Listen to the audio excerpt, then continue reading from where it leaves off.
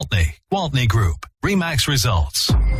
Welcome to Rochester Real Estate, featuring Robin Gwaltney from Gwaltney Group RE Results and Andy Brownell. Here's Andy Brownell on Rochester's News Talk, 1340 KROC AM and 96.9 FM. Good morning. It's Andy Brownell on News Talk, 1340 KROC AM and 96.9 FM with Robin Gwaltney, Gwaltney Group RE Results. Good morning, Robin.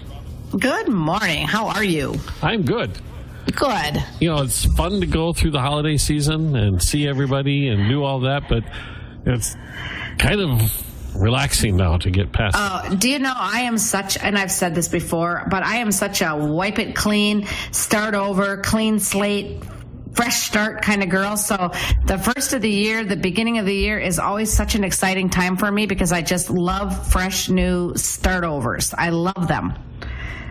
All right. So last week we teased that this week we were going to begin I don't know what you want to call it, education series. I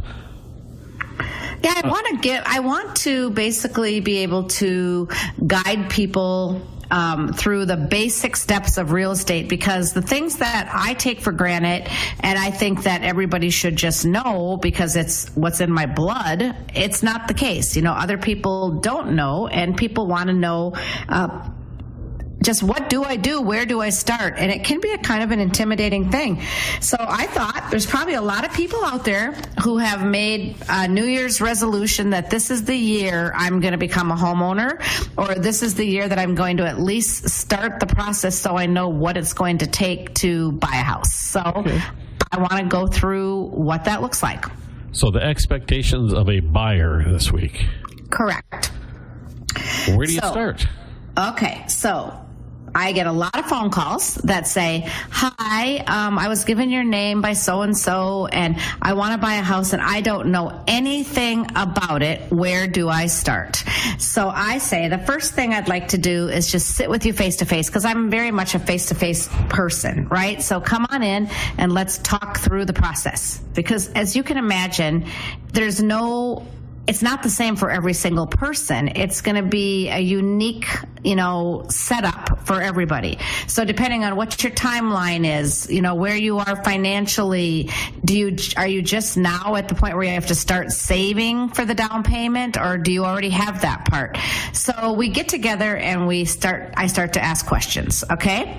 So some of the questions that I might ask you, we'll just kind of pretend that you're that first-time home buyer, Andy. Okay? So some of the questions I would say is, okay, first of all, have you been pre-approved? Okay. Oh, what do you mean pre-approved? Right. So the pre-approval is the most important thing, because what I'm going to do at that point is set you up with a, lender that I have great confidence in, that I have worked with time after time. And I'm not talking about one specific lender. I have several of those lenders, and I think that sometimes there's a good match for whatever reason. Okay. For instance, if you are a doctor, then I might send you to somebody who can give you a physician's loan where you get 0% down and don't have to pay mortgage insurance. If you're a first-time home buyer, I might send you to somebody who I think is the most expert lender in the area for first-time home buyers. So in the process of meeting you and asking you those questions, I'm going to decide where I can send you. Now, if you've already been pre-approved, fabulous. I'm not going to try to take you away from somebody that you're already comfortable working with and send you to somebody else. As long as I know who that person is and that's a reliable lender, great. You're one step ahead of most of the people that come in the door. Would you also, you're talking about asking questions, find out if they're a veteran or... Absolutely. Because you mentioned before that there are programs for veterans.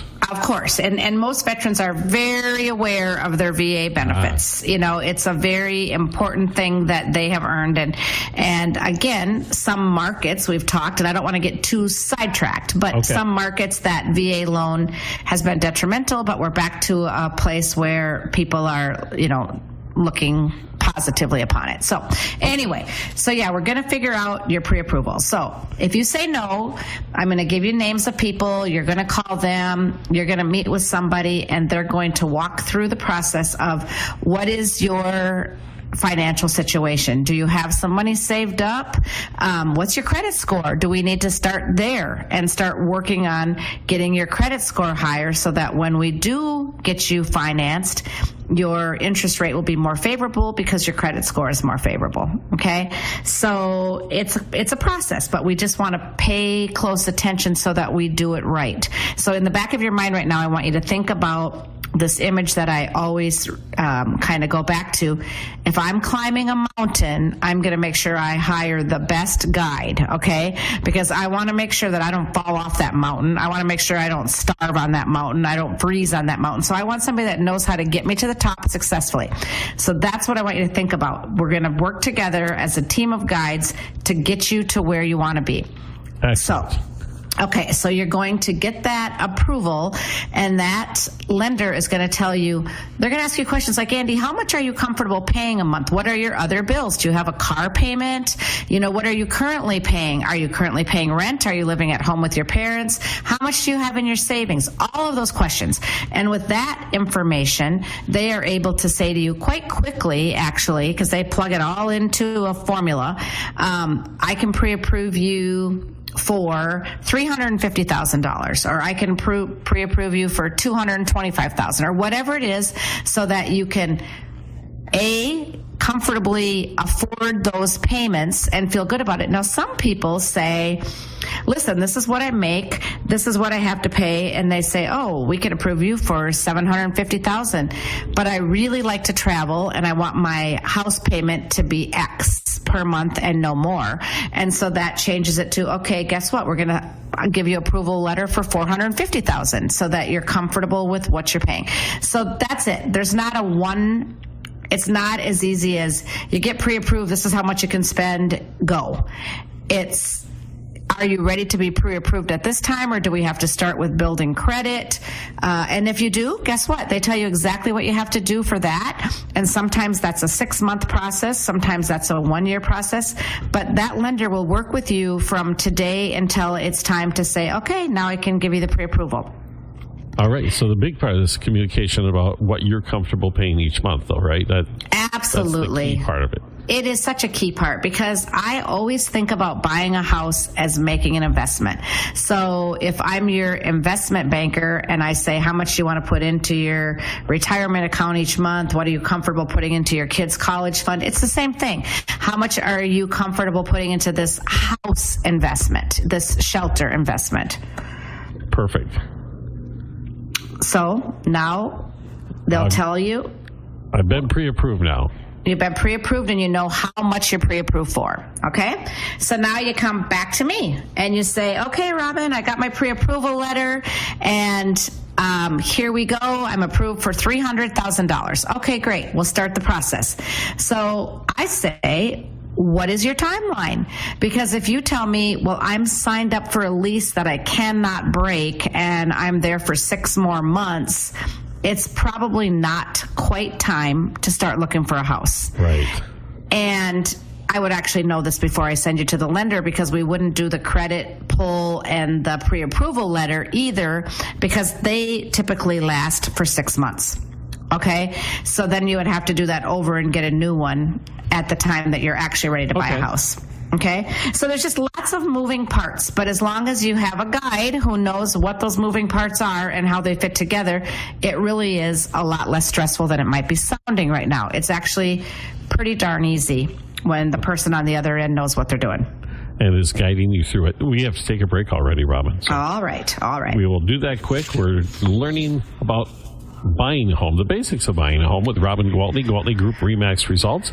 Back in a moment on News Talk 1340, KROC AM and 96.9 FM. We'll be right back with Robin Gwaltney and Andy Brownell on Rochester Real Estate. This is News Talk 1340, KROC AM and 96.9 FM. Add a stylish look with Robin Gwaltney from Gwaltney Group RE Results and Andy Brownell on Rochester's News Talk 1340, KROC AM and 96.9 FM. Good morning and welcome back. Today we're learning about the process of buying a home with Robin Gwaltney, Gwaltney Group RE Results. So I'm at the process now, Robin. I've come in with my pre-approval for $300,000, with $350,000, and and you're comfortable with that. And I have a lease that's going to be up in 2 months, let's say, or whatever. I'm ready. So we're ready to go. All right. So we got to get going. So the first thing I'm going to do is talk to you about the contract. Okay. A lot of people say, I was going to work with this other agent and they wanted me to sign a contract and I didn't want to do that. And I'm like, oh, well, this is the thing. That contract actually serves you very well. That contract is what takes you from being a customer to being a client. Okay. And as an agent, I owe my clients fiduciary duties. So I want to talk about agency in the agency relationships in real estate. Okay. So if you're my buyer, I am going to enter into a buyer-broker agency relationship. And unlike many contracts, this is a unilateral contract. So on this particular contract, you're not promising me anything, but I'm promising you to work hard for you as a professional and to disclose to you what I owe you as fiduciary duties. All right. So the first thing I owe you is loyalty. I have to always act in your best interest. Now I can listen, it actually says work always in my client's best interest. So if you're not contracted with me as a client, I do not owe you these fiduciary duties. So these contracts are very important, okay? And the other thing, a next fiduciary duty that I owe you is obedience. I tease my clients a lot of times when I'm signing these and I say, it sounds a little bit like we're getting married, but if Scott's in the room, he laughs when I say the obedience part. Anyway, the obedience says that I will carry out all of your lawful instructions. So if you ask me to do something, as long as it's legal, like submit this offer or ask this question or get me this information, I'm going to do it. I owe you that. That's my fiduciary duty to you. Disclosure means that I will always disclose all material facts that I have any knowledge of that could reasonably affect your use and enjoyment of the property that you're going to buy. Okay?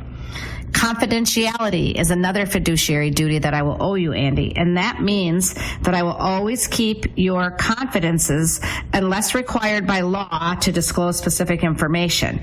So basically, you could be referred to me by a coworker or a friend of yours. I don't even say to that, I run into that person, I don't even say to that person, oh, hey, thanks for sending Andy over to me. I'm helping him buy a house. I'm very professional in the fact that what's going on with you is confidential, okay? It's definitely very, very important to us as realtors. And reasonable care is another one of the fiduciary duties, and that says that I will always use reasonable care in performing duties as an agent. I always like to change that one and say, I will give you excellent care, and that's a promise. And the last fiduciary duty is accounting, and that means that I will account to you for any money and property received as an agent. So you will understand how much commission I'm getting paid, who I'm getting it paid from. If you've been referred to me from another real estate agent, I'll explain to you that they're getting part of my commission as a referral fee. I mean, that by law all has to be disclosed to you. So those are the fiduciary duties that any broker, salesperson owes to any client that they have under contract. Okay? I've got it. Awesome. And so that's really important. The agency is always first. When I meet you, even before you become my client, when I show you houses, if I'm showing you a listing of mine, I explain to you, I do have a seller broker agency with this person, so they're my client. I owe the duties to them. You're just a customer. I owe you nothing. I mean, that's really important, and professional realtors should be explaining those agency relationships every time they have contact with a potential customer, Absolutely. Potential buyer. I would expect that as well. So when you explain those contract duties, does that pretty much clear it up for folks right there? Because I think you explained it well. Well, I hope so. Yeah, I hope so. And I feel like I've done it hundreds and hundreds of times, and I explain to people that if you're under contract with me, I owe you those things, and so now I'm looking out for you. And once in a while, well, not even once in a while, more actually often, we'll get phone calls and say, "Oh, can I see your listing on 6th Street?" Sure. Are you working with an agent? That's the first question I'm going to ask them, because again, I have to be a professional. And if they're under contract and working with another agent, then really the questions to me have to come from that agent. But, the average buyer does not understand this. And they hear things, and they hear that, you're going to get a better deal if you work with the listing agent. Go directly through the listing agent. So I'll get people who will call me and say, well, I want to work with you because you're the listing agent. So no, I've never signed a contract with anybody, and I won't do that because I only want to work with the listing agent. So I say, okay, I'm happy to show it to you. And then the first thing I do is explain to them, I owe all my duties to the seller because this is my listing. The seller is my client. Anything you tell me that is beneficial to them, I have to tell them. Okay? Anything that I know about you, I know that you just won the lottery and you've got $1 million. I know that you just went through a divorce. Anything that you share with me, I have to share with them because they're my client. Yeah. Now, if you want the same fair treatment and you want me working equally as hard for you as I am for them, then I recommend that you become my client. Okay, so then I can owe you those same fiduciary duties. Gotcha. So when people understand it, I'm going to tell you something. They're anxious to sign up under a contract because they understand, once I explain to them, no agent out there is going to work as hard for you as a customer as they're going to work for their clients. And rightfully so. That's not the way it's designed. So once people understand, so then we walk through the buyer's representation contract. Okay? So basically it'll say the buyer is, and we'll write Andy Brownell, and the broker is Remax Results / Robin Gwaltney. Okay, and then it'll go on to say the day the contract starts, so we're going to start it today, and the day the contract ends. The typical length of a buyer's representation contract is 6 months. Okay? And the reason being is, now you tell me you have a lease for 2 months, so you want to be in that house in 2 months. So with you, we're going to probably find something this weekend or next week and close like 2 weeks before you have to be out of your apartment, so then you've got time to move slowly. But somebody else might say my lease is for 4 months, or I'm getting married in 3 months. I don't even want to think about doing this move until after that. So on average, 6 months seems to be a good time for the house search and then the waiting period for the closing. Sure. So it's kind of a process. Yeah. So it's sort of a standard. Yeah. And it can be modified. There's no set. The nice thing about real estate in Minnesota is nothing is set in stone. Everything is negotiable. Okay. It is illegal to set commissions. It's illegal to set contract times. Those things are all negotiable. So I'm just telling you the norm. Okay. We have to take another break already. I can't. For Pete's sakes. All right. You're on a roll. We have to take a break. Back in a moment with more Robin Gwaltney, Gwaltney Group RE/MAX Results on News Talk 1340, KROC AM, and 96.9 FM. We'll be right back with Robin Gwaltney and Andy Brownell on Rochester Real Estate. This is News Talk 1340, KROC AM, and 96.9 FM. I never write reviews, but Navage is so amazing. With Robin Gwaltney from Gwaltney Group RE/MAX Results and Andy Brownell on Rochester's News Talk 1340, KROC AM, and 96.9 FM. We're back with Robin Gwaltney, Gwaltney Group RE/MAX Results, and we're talking about the basics of buying a home from the home buyer's point of view. And now I have my contract with you, Robin, for 6 months, and I am your client. Yes. So now we've gone through the contract. You understand it. You understand why you're signing it. You understand the language in the contract because we've walked through it line by line, and we've taken away any anxiety that you might have had about signing that. Okay? So now I'm going to set up a portal. We're going to talk about what is it you're looking for in a house, Andy. Are there anything that you must have? And you say, yes. As a matter of fact, there are some things that I absolutely must have. And so you tell me what those things are, and it might be wheelchair accessibility. It might be a fenced yard for a big dog.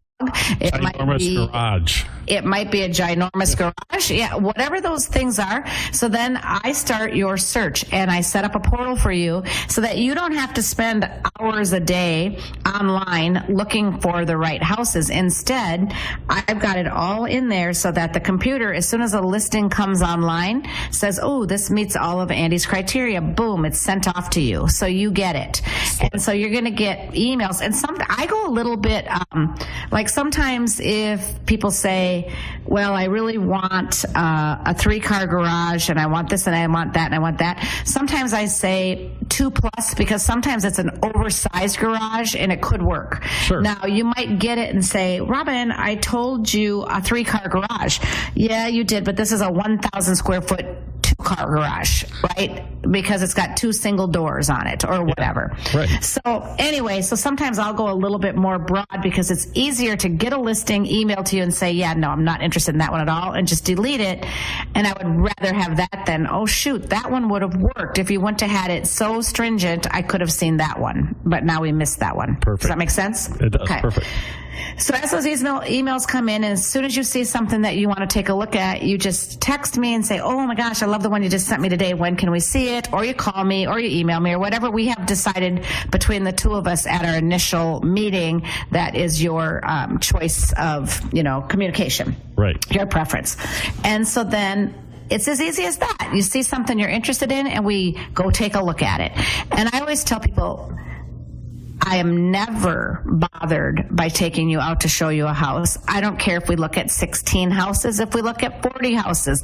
It doesn't matter. I want you to be super comfortable because, as you know, my number one concern is to help you make a good investment. So yes, it's super important to me that you like the house. It's super important to me that it has some of the things, most of the things that you were hoping to find, right? But it's way more important to me that you're making a sound investment. And that is where I come in, and that is where I will really use my voice to give you guidance. And when I say use my voice, I'm not giving you my opinion. I'm sharing facts, okay? So I will show you values of homes around it. I will show you how those properties have increased in value over the years. We'll look specifically at that property and see how long has the previous owner has it? Did they make money on it? What about the owner before that and the owner before that? Because history tends to repeat itself, right? So we'll take a look at it so that I can give you a very clear picture of what kind of investment you're making at the time that you purchase that house. So at this point, you're feeling good, you're feeling excited, and then we start the negotiations. Okay. We write the purchase agreement. Go ahead. No, this is the one I want. Now we get into it.